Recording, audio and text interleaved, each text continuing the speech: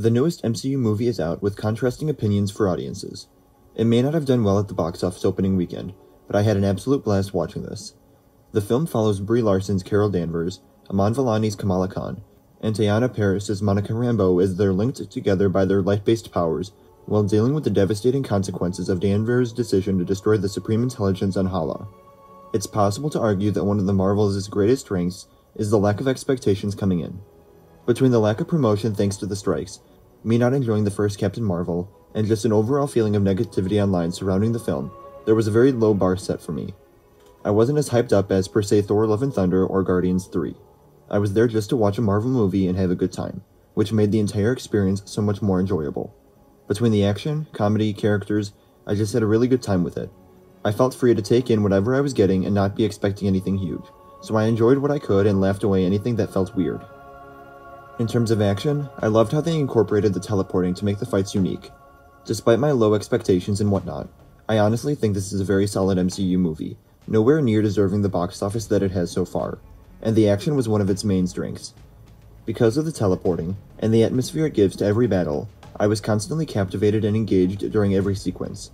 There was never a time in the movie where I was looking at my phone, wondering how much longer this was going to go on for. The movie is paced and laid out in a simple but effective way, as we go from planet to planet, and it feels like every action sequence gives us it all, never making it feel like they're saving something for the end of the movie. We get our first taste of the action very early on when the powers become entangled and they start switching places, from Kamala's living room to Saber to a moon out in space, and this was what really changed my mind on the movie. I came in just looking for whatever, more so just wanting to get it seen and over with and enjoy it, but the jumping from different spot to spot, it all worked so well for me. Throw in the music and some enjoyable side characters, and I was having a blast with it. I really don't think I can stress how amazing this action was in the movie for me. It's able to do something new, but still make it understandable and just as fun. There's no doubt that the movie's greatest strength is the chemistry between the leads. It's a fairly small cast in terms of characters who actually feel important and have a role, and the way they're all used felt sufficient and with purpose. There wasn't a person included that just felt like a throwaway. Like many people are saying, Iman Vellani is a star here. I loved Miss Marvel, it's one of my favorite MCU shows thus far, and all of that carries over here. She's just so magnetic and pure, it's impossible for me to not like the character. There's a fine line to walk in my opinion when it comes to a cast like this, but I feel like they were able to acknowledge the all-female leads without making it feel like a story device to force-feed the audience with. I enjoyed all three of their characters, and it never felt forced, which isn't really something I was worried about at all, but I know some people have their problems. Because of the dynamics between the three characters, it's very fun to watch them meet and grow as a team. Kamala sees Carol as perfect. She idolizes her, which doesn't sit well with Carol when they first meet because of everything she's been going through. She has a lot of guilt over the consequences of her actions. She destroyed the Supreme Intelligence, and as a result, Hala is dying. Even if she doesn't like the Kree, she still cares about life. With the contrasting praise of Kamala and her own guilt, Carol's confidence is the main stepping stone for the character in the movie. I enjoyed what we got from her a lot more than in her first movie. There were still some times when the acting or emotions from the characters made her seem dull, but it was very limited. And then Carol sees Kamala as a child when they first meet. She doesn't think much of her or her abilities. She just wants her to stay out of the way.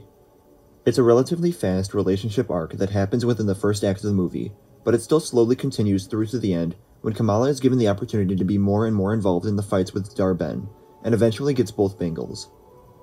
And then, something that was really surprising for me was how detailed and complicated the relationship was between Carol and Monica. Monica was a fun character in the first Captain Marvel movie, put in there more as a future tease and to lighten the mood. But here there's a lot of baggage for the two of them to unpack.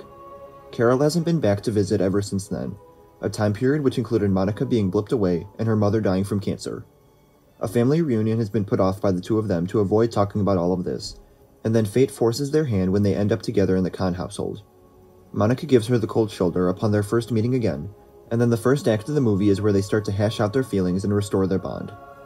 Although it seems unlikely the way things ended, this team, the Marvels, is absolutely something I would want to see again in future stories.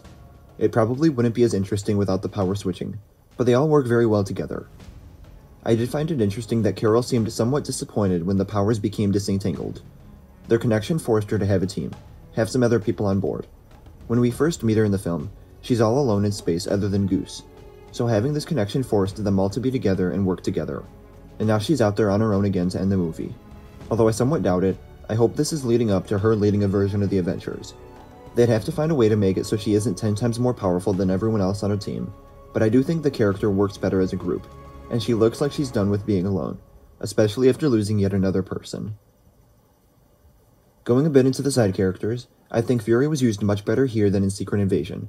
He felt like the guy we were used to, smart, anticipatory, good in a fight, witty remarks, but a layer of humanity under it all. And the Khan family was such a nice inclusion too. They could have easily left them on Earth after the opening of the movie, keeping them out until the very end when Kamala returns, but I think they know how much audiences like these characters. It gives a wonderful family dynamic to the story, and they're able to offer pieces of humor to lighten the mood at times. Even though we never spent much time on Saber, the subplot here was always a nice break from the tension, and I appreciated that it played a role later on in the movie. The comments by Kamala's mother towards Goose made it fairly obvious that these were Flerken eggs, but it wasn't something that I think I needed to be teased or hidden. And then again, using the Flerken to eat people to get them off felt fairly obvious, but it was still enjoyable to watch nevertheless. They weren't trying to mislead us in any way, and it also wasn't like these were meant to be huge moments, more just small ways to move the plot forward. One of the major criticisms of this movie has been the shallow villain, and while I do agree that it is a weakness, I don't think it's as much of a problem as people are saying it is, or at least it wasn't to me. I feel like we got enough between dialogue and flashbacks to understand her motives and who she is. It's relatively on the same level as a good portion of the MCU villains from Phase 1 and 2, who were introduced and killed off in the same movie. There wasn't anything about the character that I gravitated to, but I understood enough about where she was coming from and what Carol had done to Hala to make me see why she was going through all of this. I would have appreciated a bit more time on how exactly she came to take over for the Supreme Intelligence, and maybe a little more time on Hala with the Kree population to actually feel for her and her decision to go to such lengths to save this planet. But other than that, I thought we got what we needed from her. She was still able to be a threatening villain that pushed our three heroes to their limits, although the way she went out with both Bengals did feel a bit cheap, especially when Kamala is able to put both on minutes later and be fine. Another strength of the movie is how straightforward it is. It knows what it's trying to do and doesn't go out of its way to exceed that.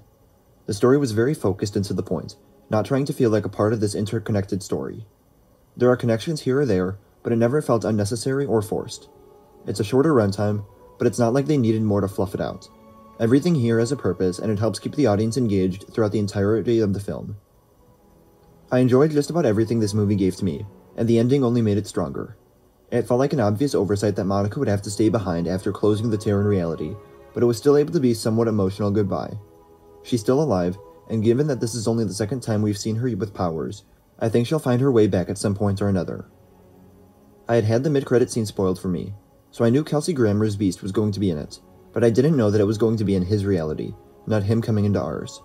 I'm still not sure what universe that's in, but it will be interesting to see where they go from here and how this might set up the X-Men in the MCU. And then Kamala's meeting with Kate Bishop, I loved everything about it. We're finally acknowledging the lead up towards the Young Avengers, and the way Kamala mirrors everything about Fury's appearance in Iron Man 1 felt perfect for the character, even if none of those lines make sense in today's MCU. What did you think of the Marvels? Let me know in the comments below. Remember to like the video, and subscribe for more movie reviews, and remember to follow me on Instagram, Twitter, and TikTok. Thank you all for watching, and remember, the Force will be with you, always.